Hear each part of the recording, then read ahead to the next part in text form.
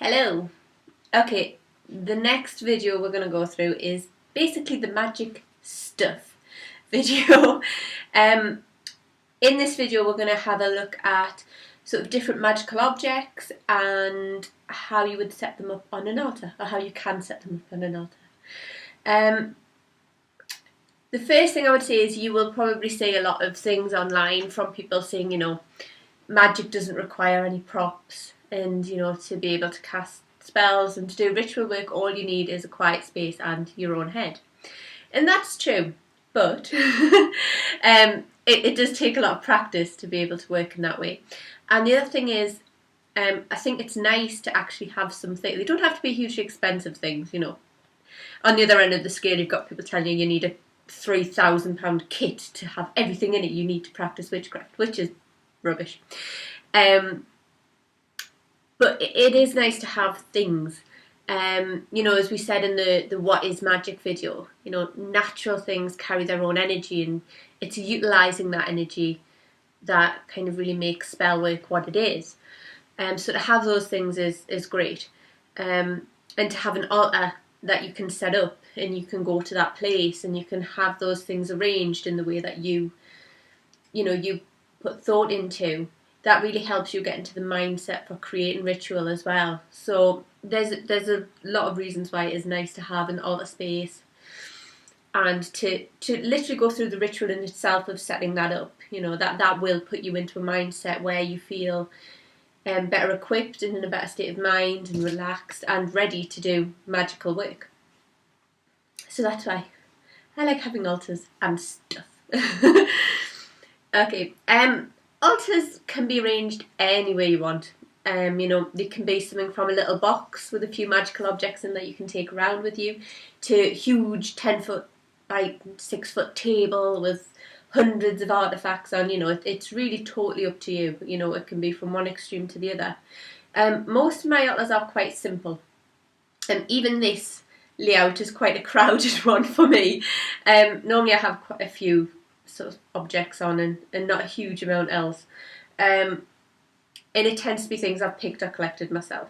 The one rule I would say with magical objects is that if you make them or collect them yourself, they will work better. I don't know anyone who disagrees with that. That said, there are some things I get ready-made, ready done, and used to good effect, but you have to put a little bit of thought into where you're sourcing them from, if you're comfortable with where they've come from and the means of manufacture, and things like that. So other things to bear in mind as well when you're choosing magical objects. The general altar layout follows the 4 directions of the compass and ties them to specific elements and elemental energy, and it's kind of the similar with circle casting, which we're going to cover in a later video. Like I say, there's no hard and fast rules to it, but generally people tend to lay out symbols of each element and direction. I like to lay them out actually on the compass points. Again, there's no hard and fast rule to that. People can lay them out any way they like. What we're going to do is sort of go around the altar and just discuss each point, really. The one thing I haven't got on this altar is any representations of deity, because we're going to cover that a little bit later on, otherwise this video would go on forever. So there aren't any elements of deity within this, but the natural elements and natural energies kind of points are here. Okay, I am sitting in what would generally be considered the earth section of the altar. Representations for earth on your altar and in your ritual work include things you would generally link to the earth. Like I say, it's linked to the north, it's linked to the colour green, and it generally deals with quite physical, practical things, like work, property, money. Very sort of solid, practical, materialistic needs is where you look to earth for. Representations we've got. Crystals tend to be a big one. You will see a lot of places selling little tumble stones, which are quite easy to get a hold of. They come in a massive range. If you've downloaded Witchery and had a look through it, like I said at the beginning of this course, you'll find a full correspondence list for different ones and what they're generally used for. The one thing you tend to get a lot of now is people can be a little bit wary of using tumblestone and commercially bought crystal in magic workings, just because sometimes the method of mining and the people who are sort of mining in those sites, you know, they're bad conditions and they have bad environmental consequences and things like that.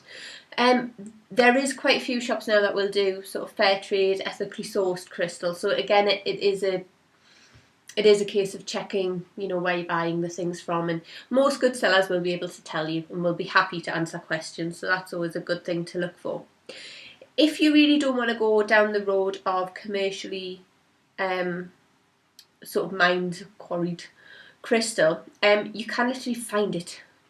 Wherever you are in the world, there will be some form of crystal naturally available that you find on beaches, just generally walking around.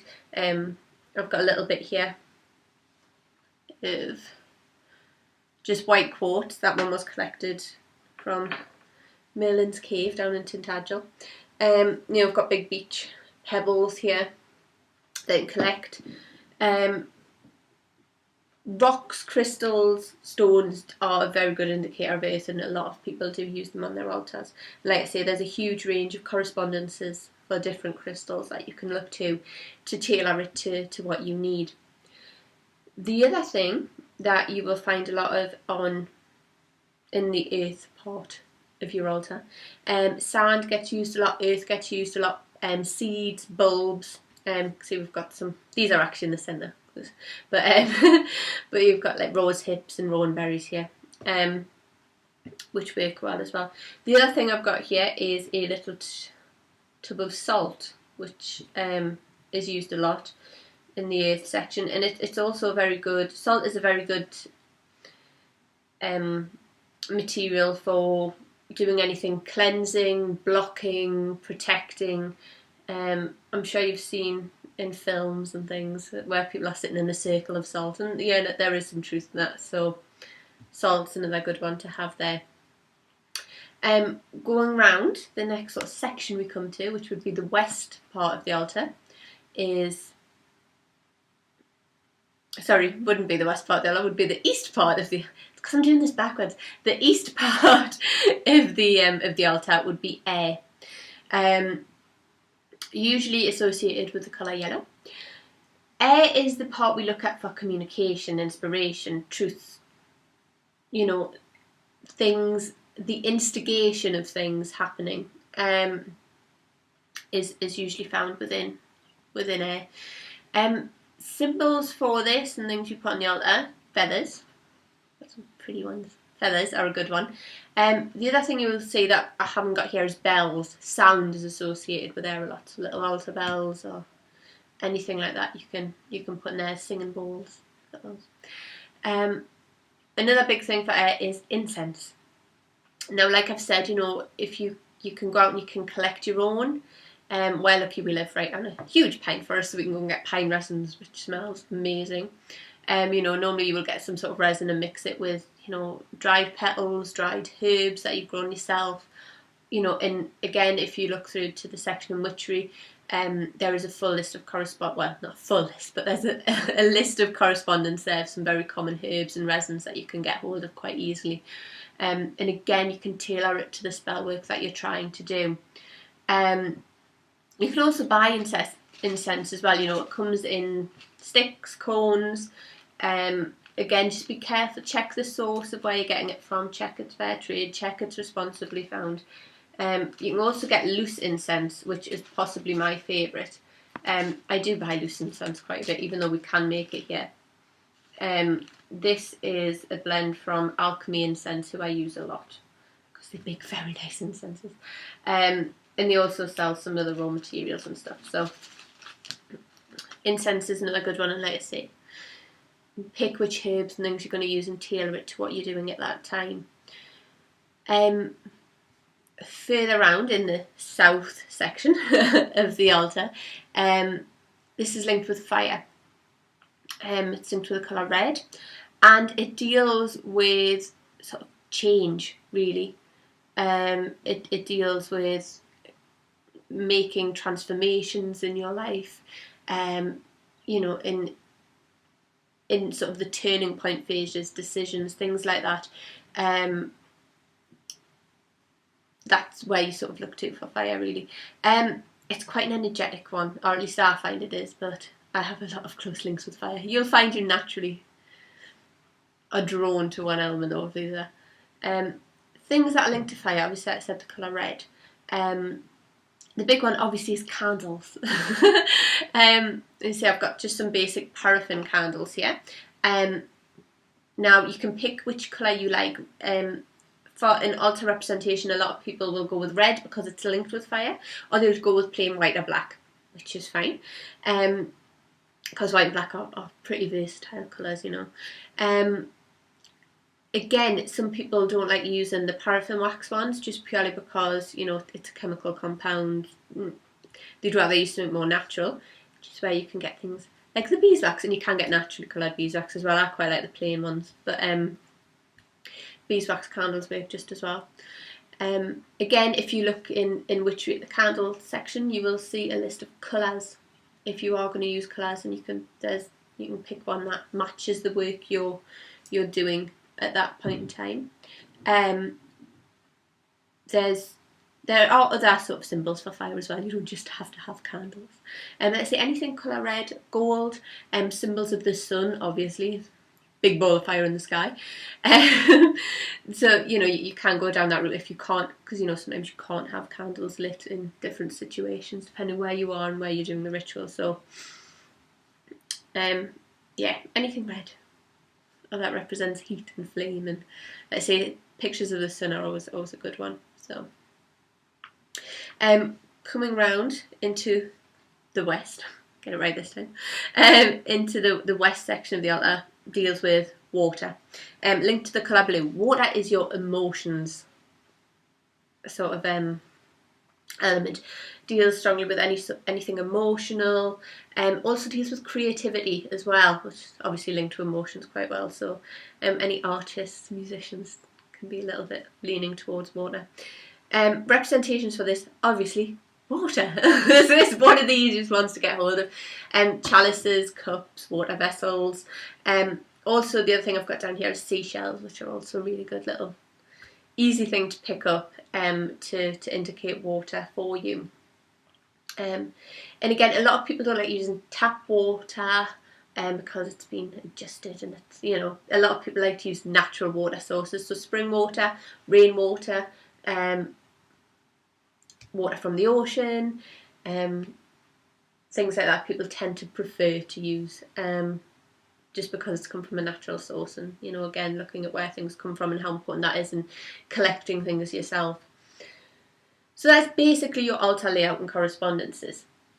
Now there will be there's a few other sort of magical objects you may sort of find in and around rituals and altars. The first one being a wand. This is my wand. It is rowan, and it has white feathers and an apple seed and clear quartz, and I made this myself. And I would recommend anyone to make their own wand. I literally went out, did a sort of a very small ritual one day and said, I'm going for a walk to find my wand, and I found all of these things, apart from the crystal, which I had put aside for a while, and the leather cord, but the wood and the apple seeds and the feathers I all found that day, and then came back and made my wand. Again, you know, if you really can't make a wand, or you really feel as if you can't do that, you can get them commercially. Please get them again from a good source. My friend Mark runs Howling Rook, and he makes some beautiful ones, and he does it all out of fallen or found wood. Doesn't use any power tools, and so if you can find a company like that to go with, they're probably the best place to get them from. So wands. Wands are used usually traditionally for casting a circle, which we're going to come to later on. They're also used for directing energy. They're also, if you read tarot or you're linked to tarot anyway, they're linked to the element of fire, so you can sit them just in the south of your altar as a representation. Again, wands kind of fall under the staffs. Sorry, sort of big staffs fall under the same sort of things as wands. They're sort of giant ones, if you want to think of them in that way. Some people, obviously, if you're doing a big ritual, it's a bit easier to do with a big staff. Athames. This is actually a letter opener, but but yeah, Athames. Again, similar to wands used to open circles, to close circles. They are also used as a representation of male deity. Again, we'll cover that a little bit later on in the deity section. People also use ritual swords for similar things. These tend to be linked to air. So again, they can sit in the east section of your altar if you like. The one thing I would bear in mind with these is if you are doing a ritual in an open air place or public space. Most police officers obviously are quite common sense people, and if they find you with a sword or a knife, and you know there's obviously a big group of pagans there waiting to do a big ritual, normally common sense, they go, yeah, okay, fine, just be a bit, be careful with it, things like that. But obviously, it is worth bearing in mind that wandering around public with a bladed weapon, because technically they could be used as a weapon,